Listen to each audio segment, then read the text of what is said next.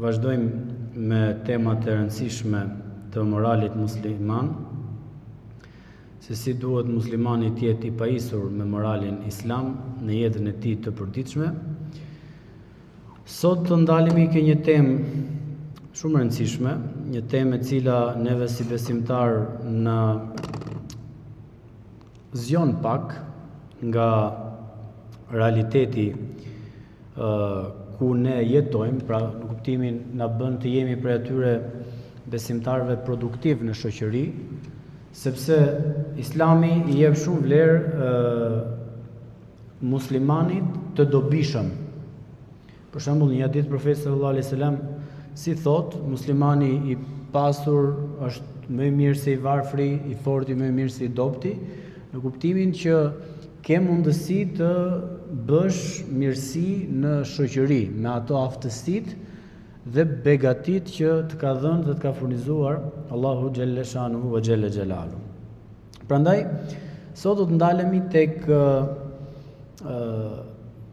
indiferenca që e ndalon Islami muslimanin të jetë indiferent ndaj fenomeneve negative në shoqëri. Pra, që do të thotë të jetë indiferent, mos të interesoj se çfarë ndodh rreth e qarkëtij, çfarë ndodh në komunitetin ku ai jeton. Muslimani nuk duhet të jetë indiferent për këtë fakt, sepse siç tham, Allahu i lartësuar me të gjithë shpalljen e tij në Kur'anin famëlar, shikojmë që muslimani duhet të jetë çdo ditë i angazhuar dhe i preokupuar që ose do të shpërndaj fjalën e Allahut të lartësuar tek njerëzit, do të çojë mesazhin islam aty ku ka mundësitë, duke filluar nga njerëzit e tij më të afërm, dhe këtu ai përpiqet të çojë mesazhin hynor që njerëzit i largojnë nga mosbesimi drejt besimit të pastër, ose më pas ai do të jetë prej tyre që bëjnë pjesë në hadithin e Muhamedit sallallahu alaihi wasallam, men ra'a minkum munkaran fayughayyiru bi yadihi fa in lam yastati'u fa bi lisanihi fa in lam yastati'u fa bi qalbihi wa hadha ad'afu al-iman.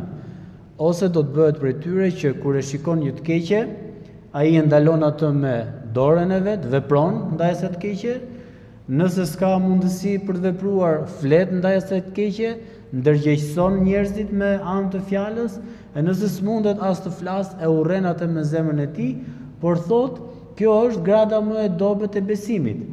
Do të thot, njeriu mund të jetë besimtar dhe struket në atë shtëpinë e vet, ndoshta e urren me zemër një të keqe, po s'bën ndonjë preokupim që ta ndryshojë atë të keqe, atë diçka negative që po përhapet në shoqëri, pavarësisht se mund të kesh urrëtie për të, Muhamedi alayhi salatu sallam e quajti gradë të dobët të besimit. Do të thotë, besimi i fortë në zemrën e muslimanit është ai besim që ndaj padrejtësive, ndaj të këqijave që përhapen në shoqëri, ai besim nuk mund ta lë atë të ri indiferent, po e çon në aksion, duke u përpjekur të bëjë diçka me aq mundësi sa mund t'i ketë dhënë Allahu i lartësuar. Dhe nisur nga kjo, një nga gjërat themelore që ne si besimtar kurse si nuk duhet të jemi indiferent, siç e përmenda edhe pak më lart, është lufta e hapur deri në kiamet ndaj besimit të pastër dhe jo besimit, ndaj besimit në Allah dhe shirkut, idhujtarisë.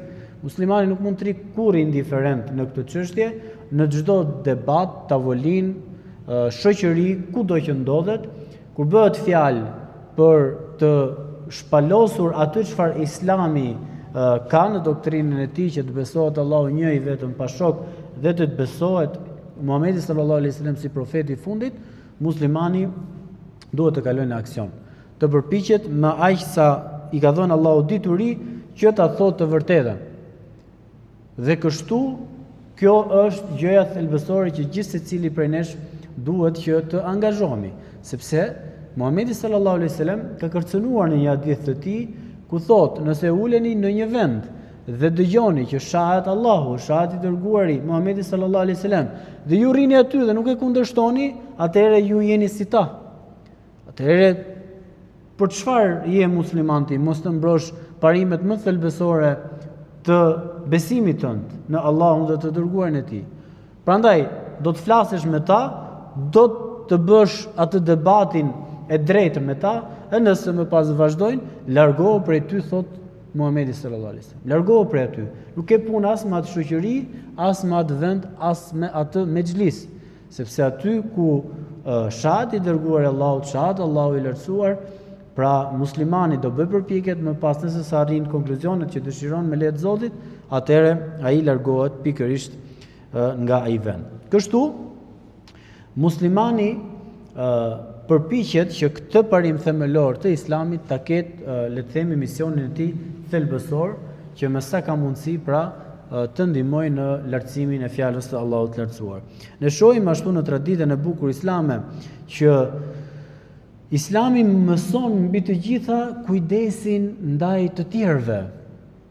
Pra kujdesi ndaj të tjerëve do të thotë që ti shikon në një shoqëri, aty ku jeton, në lagjin ku jeton, që njerëzit kanë nevojë për ndihmë, ka të varfër rreth e qarknesh, atëherë Islami kërkon që muslimani të ketë dëmshuri dhe mëshirë në zemrën e tij dhe të vinë në ndihmë ndaj njerëzve të cilët mund të kenë nevojë.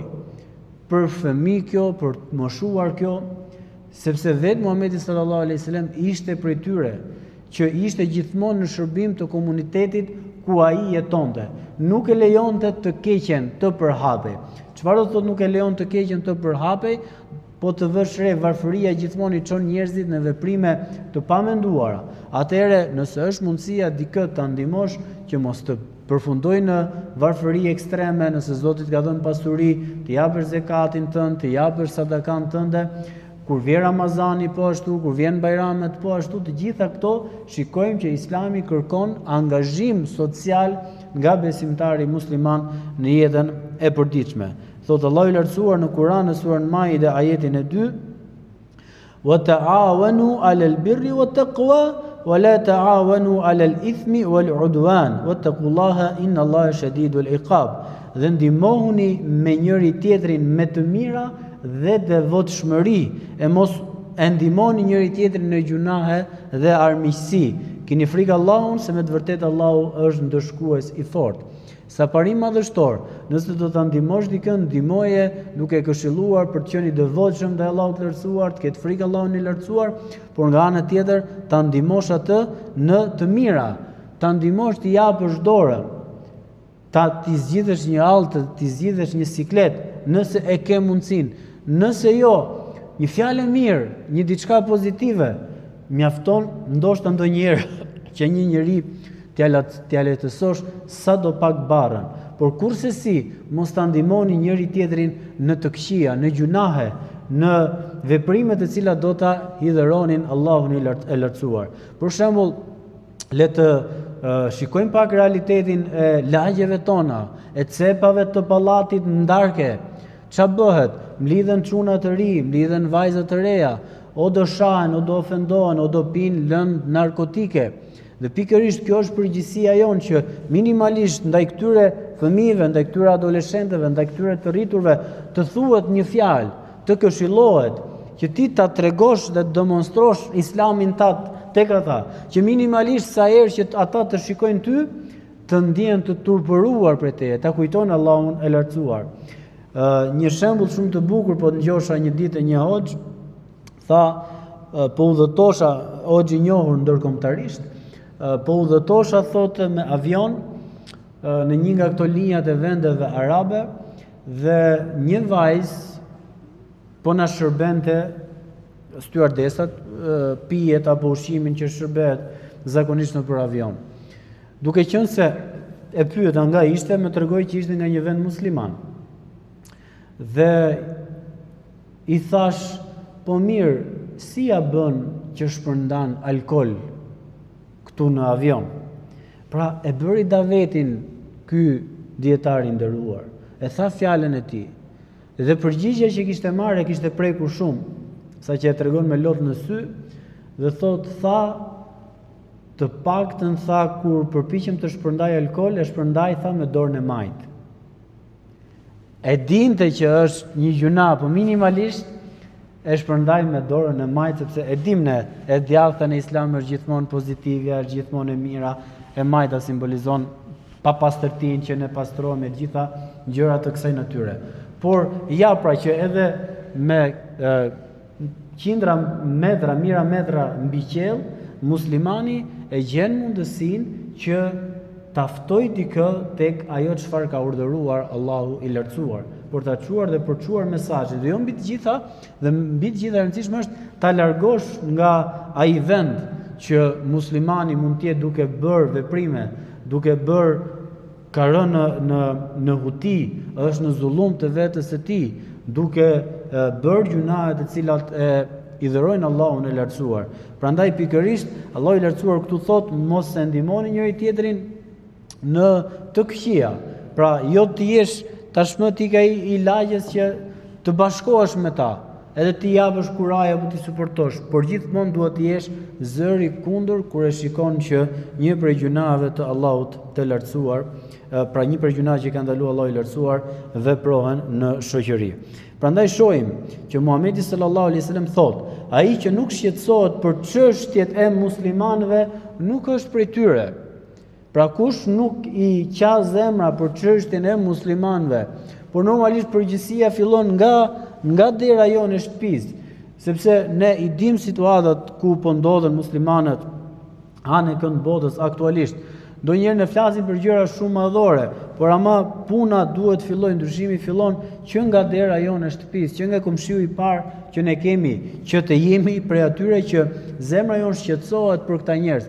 Minimalisht shqetësohet zemra pse nuk e besojnë Allahun, pse nuk fal një namaz, pse nuk vjen një xhuma të paktën. Me ata që ke të bësh në mënyrë të përditshme, kjo duhet të jetë një shqetësim thelbësor për zemrën tonë, duke filluar nga njerëzit tanë më të afërt, familjarët tanë dhe kështu me radhë. Dhe shohim që ky hadith neve na kujton që të jesh indiferent ndaj çështjeve shoqërore apo dhe humanitare që e përmendëm, nuk bën ky musliman pastaj pjesë tek parimet thelbësore islame, sepse për parimeve thelbësore islame është që muslimani të mësohet që të jetë gjithmonë i ndjeshëm ndaj problemeve që njerëzit kanë, domethënë, qoftë kjo varfëri, qoftë kjo padrejtësi, qoftë kjo vështirësi të jetës, e qoftë kjo më rëndësishme pastaj të jenë në zullum, pra të humbur në besimin e tyre të keq, të gabuar. Shohim një shembull nga i dërguar Allahu sallallahu alaihi wasallam. Dhe këtë shembull Allahu i lartësuar do ta citoj në Kur'anin famëlart, ku i dërguari i Zotit alaihi salam ishte i ulur me të gjithë sahabët e varfër, siç ishte Bilali, siç ishte Suhejbi, Amari, Ibn Mesudi, të gjithë ta ishin prej sahabëve të varfër. Kur e pa paria e Mekës me kë rrinte Muhamedi sallallahu alaihi wasallam ulur, pra duke pas parasysh shtresën e varfër në syrin njerëzor, Ebu Xheli shkon ke Muhamedi sallallahu alaihi wasallam dhe i thot: "O Muhammed sallallahu alaihi wasallam, ne duam të kuvendojmë me ty, pra dua të diskutojmë, por çështja është se ne nuk mund të ulemi në një vend me ta. Ne jemi njerëz të lartë, si mund të ulemi me të varfër?" Ndërkohë i dërguari i Zotit sallallahu alaihi wasallam ule pikërisht me njerëzit e varfër. Ule me ta që janë të hallet me ta. Profeti Muhammed sallallahu alaihi wasallam ka pasur në xhaminë e Medines një dhomë apostafat të dedikuar për ashabu sufet, për shokët e sufës që ishin të gjithë të varfër, beqar, pa familje.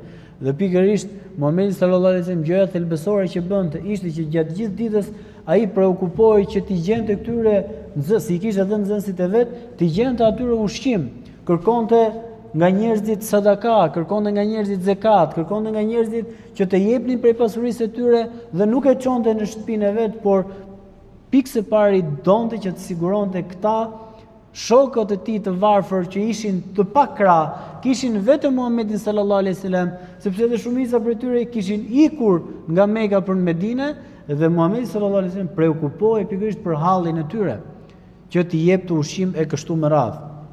Dhe ata i thanë që ne nuk mund të ulemi në një vend me ta. Mirëpo Muhamedi sallallahu alaihi wasallam e pasi një shenjë pozitive që minimalisht unë po të ulem me këta do t'i shpjegoj islamin, pra është një rast i mirë që t'i shpjegoj islamin këtyre njerëzve, që e kundërshtojnë deri në këto momente, dhe e kalon në përmend dhe e kalon në përzemër që ta bënte diçka të tillë, që të largohej nga këta të varfër dhe të ulej me parinë e Mekës. Ndërkohë po të bënte diçka të kësaj natyre, automatikisht nuk do t'i shkonte kursesi moralit Muhamedit sallallahu alaihi wasallam. Dhe pikërisht Allahu i lartësuar e mëson dhe e kritikon, ku i drejtohet pikërisht e kemi në surën Kehf, ajetin 28, ku i drejtohet Allahu i lartësuar Muhamedit sallallahu alaihi wasallam, "Wala ta'du 'aynaka anhum turidu zinata al-hayati dunya." Wasbir nafsaka ma'a alladhina yad'una rabbahum bil ghadati wal ashi yuriduna wajha. O i dërguar, duro me ata të cilët ti je i shoqëruar, pikërisht erdhi ajeti për këta të varfër, të cilët janë ata që e madhërojnë Allahun, i bëjnë dua Allahut të lartësuar, dhe janë ata të cilët mjes e darkë i kujtojnë Allahun e lartësuar, pavarësisht se janë të varfër, ata kërkojnë kënaqësinë e Allahut subhanahu wa taala. Me ata duro, mos i shiko këto mendje mëdhej që po përpiqen të marrin ty mbas vetes. Edhe pse dëshira e Muhamedit sallallahu alaihi wasallam kurse si nuk ishte të përpuste shoqërinë e tij, po ishte dëshira se mos po bëhet shkak që këta njerëz të pranojnë Islamin, pra nga dëshira e mirë, po edhe për këtë dëshirë të mirë që kishte Muhamedi sallallahu alaihi wasallam, Allahu i lartësuar e kritikoi dhe i tha: "O i dërguar sallallahu alaihi wasallam, ti bëu durimtar me ata të cilët e lutin Zotin e tyre në mëngjes dhe në mbrëmje dhe kanë vetëm për qëllim kënaqësinë e tij.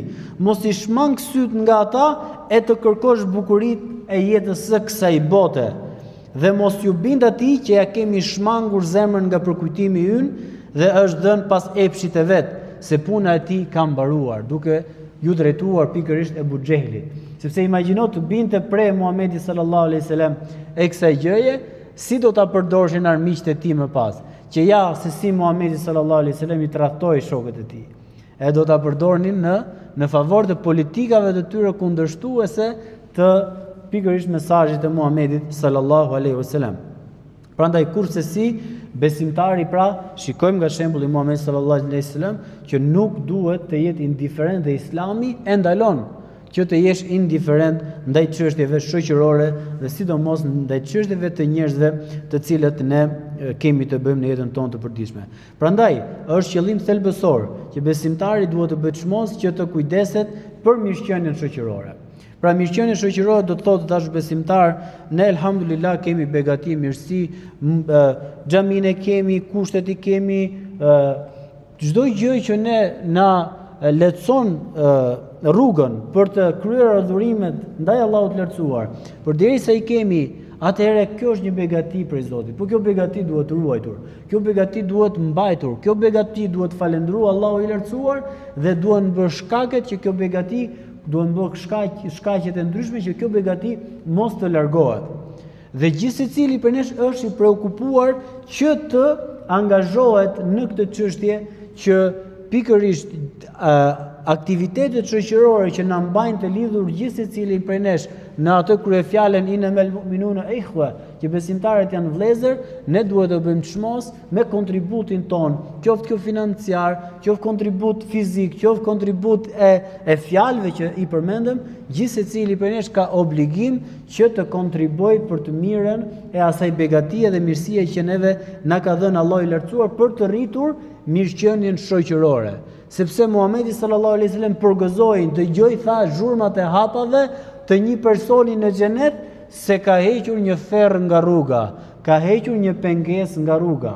Do të thotë ai e hoqi atë pengesë duke thënë tu do të kalojnë njerëzit, mos të dëmtohen. Dhe për këtë fakt Allahu është përbleu atë me xhenet. Kështu që çfarëdo që bën njeriu, një veprim që ajo është në të mirë të shoqërisë, një investim që është në të mirë të shoqërisë, ne e dim sadakatul xherrie, sadakan e vazhdueshme, e cila nëse ti kontribon diçka, hap një çezëm, hap një kanal uji, ndërton një xhami, hap një rrugë, derisa ajo të jetë ekzistente dhe përfitojnë njerëzit dhe përfitojnë gjallësat prej asaj sadakaje që ti ke kontribuar, edhe pse ke ndruar jetë, ty të shkruan sevapët e saj. Nëse vepra do të jetë deri në kiamet në këmbë dhe ti deri në kiamet ke për të marrë sevape, sepse ti je përpjekur për të investuar në diçka që do të rriste mirëqenien e jetës sociale në vendin ku ne jetojmë. Prandaj tha Muhamedi sallallahu alaihi wasallam që muslimani është vëlla i muslimanit, ai nuk e dëmton dhe nuk e lë që të dëmtohet. Pra vetë kursesi nuk i bën dëm atij, por nuk le dhe rrethanat e ndryshme të jetës që ta dëmtojnë vëllahun musliman. Prandaj një nga gjërat më thelbësore që kemi ke kategoria e dhënies së zakatit, kush është një nga 8 kategoritë e zakatit, laj borxhin dikujt. Pra imagjino, të ka dhënë Zoti ty pasuri, atëherë gjëja e parë që ti duhet bësh me këtë kontribut, pra nëse Zoti të ka begatuar me pasuri dhe je obliguar për të dhënë zakatin, do të shikosh që të ndihmosh dikë që ta heqësh nga vështirësia, ose nga varfëria, ose nga borxhi, që janë prej gjërave themelore që kërkon dhënia e zakatit, që do të thotë që ti nuk e le vllaun tat musliman që ta dëmtoj atë sprova që mund t'i ketë rënë, halli dhe problemi i madh që mund t'i ketë rënë, borxhet që mund ta kenë mbuluar, fëmijët e tjerë që kanë nevojë për ndihmë, sepse këtë kërkon Islami nga ne dhe jo të jesh indiferent, se mbi të gjitha tek ajo pasuri që të ka dhënë, ne e dim që prej doktrinës islame është që tek pasuria e të pasurit ka hak dhe i varfëri. Dhe në një hadith thot Muhamedi sallallahu alaihi wasallam, ndoshta ne mëshirohemi dhe begatohemi për Allahu të lartësuar për shkak të varfërve që kemi rreth e qarknesh, për shkak të jetimeve që kemi rreth e qarknesh. Nga të di, thot Muhamedi sallallahu alaihi wasallam, që për shkak të një fëmije, për shkak të një të qare të fëmis, ne nuk na dënon Allahu i lartësuar për bëmat tona, për veprat tona. Dhe imagjino kur thot Muhamedi sallallahu alaihi wasallam, vetëm ta përkëdhelesh kokën e jetimit, Allahu do të shpërblej për aq qime floku sa ti do të përkëdhelesh te koka e jetimit. Pse? Vetëm përkëdhelja i jep ngrohtësi jetimit që minimalisht thot nuk jam vetëm, nuk kujdeset dikush për mua.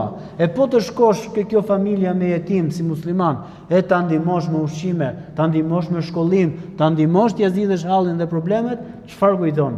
Kur ti vete për një përkëdhelje merr ke qindra dhe mira sevape, e imagjino për këtë më pas se sa mirësi dhe begati fiton prej Allahut të lartësuar. Sepse pikërisht me kontributin e tij besimtari në këtë formë, një nga gjërat themelore që bën është që ai të shmang shkatërimin shoqëror.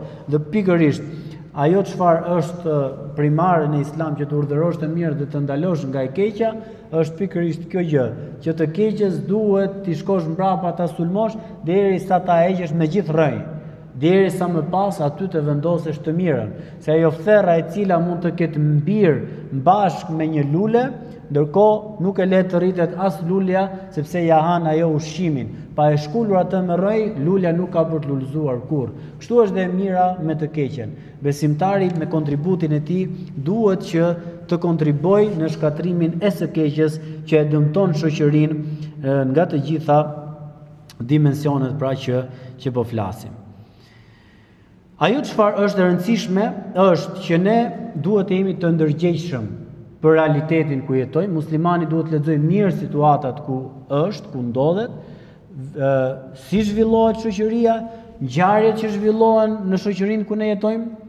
Duhet të jemi vizionar, largpamës, të dimë që çfarë do lloj ideologjie, çfarë do lloj politike, misioni që dikush apo disa mund të ndërmarrin, ne duhet të dalim në largpamësinë tonë dhe të shikojmë a është kjo në fund në dëm të Islamit, në dëm të shoqërisë, në dëm të familjes, në dëm të fëmijëve. Të gjitha këto gjëra muslimani duhet të jetë vigjilent që pra të jetë i ndërgjegjshëm vetë dhe të ndërgjegjësojë të tjerët sa më shumë, se sa më shumë të ketë zëra dhe vepër ndaj së keqes, kurse si ajo e keqe nuk ka për të mbijetuar në shoqërinë ku ne jetojmë.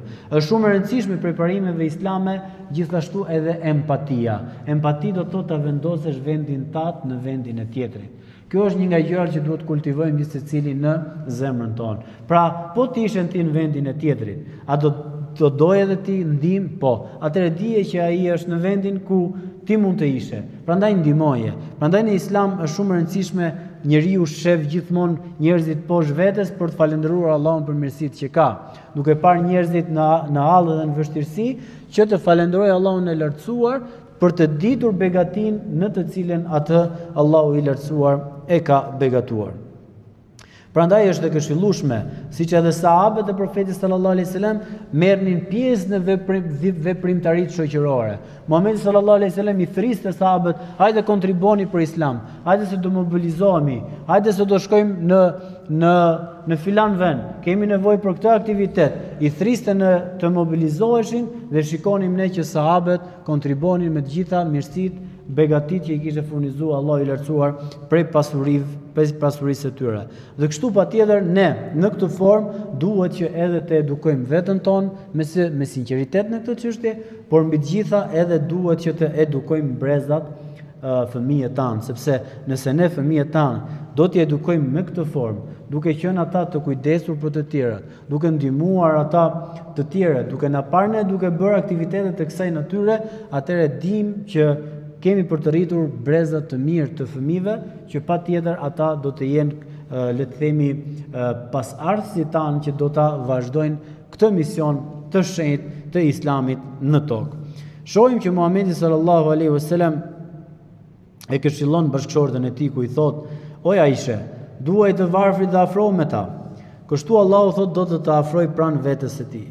Pra shohim që Muhamedi sallallahu alaihi wasallam i këshillonte njerëzit e tij të dashur që kurse si mos ta mendonin veten se janë dikushi, por të ulen me njerëzit e thjeshtë, të thjeshtë, të jenë prej atyre që nuk e kanë turp të ulen me dikë pse është i varfër, sepse Islami nuk e vlerëson njeriu nga pozita shoqërore financiare, por e vlerëson atë nga ajo çfarë ai ka pozitë tek Allahu i lartësuar. Prandaj kanë thënë dietarët që nëse doni takoni ndonjë evlia të Zotit lartësuar, shikojeni në një të shtypur, në një njeri që ndihet i tkurrur, në një njeri që ndoshta rrihet në cep xhamis dhe ka turp.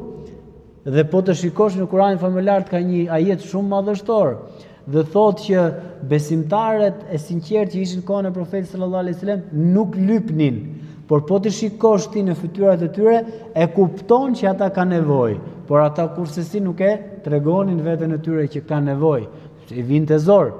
Pavarësisht sprovës që i kishte rënë, ata rinin në atë sprovën e tyre, ndoshta nuk ishin për të ngrënë dhe e kthenin në adhurim duke agjëruar.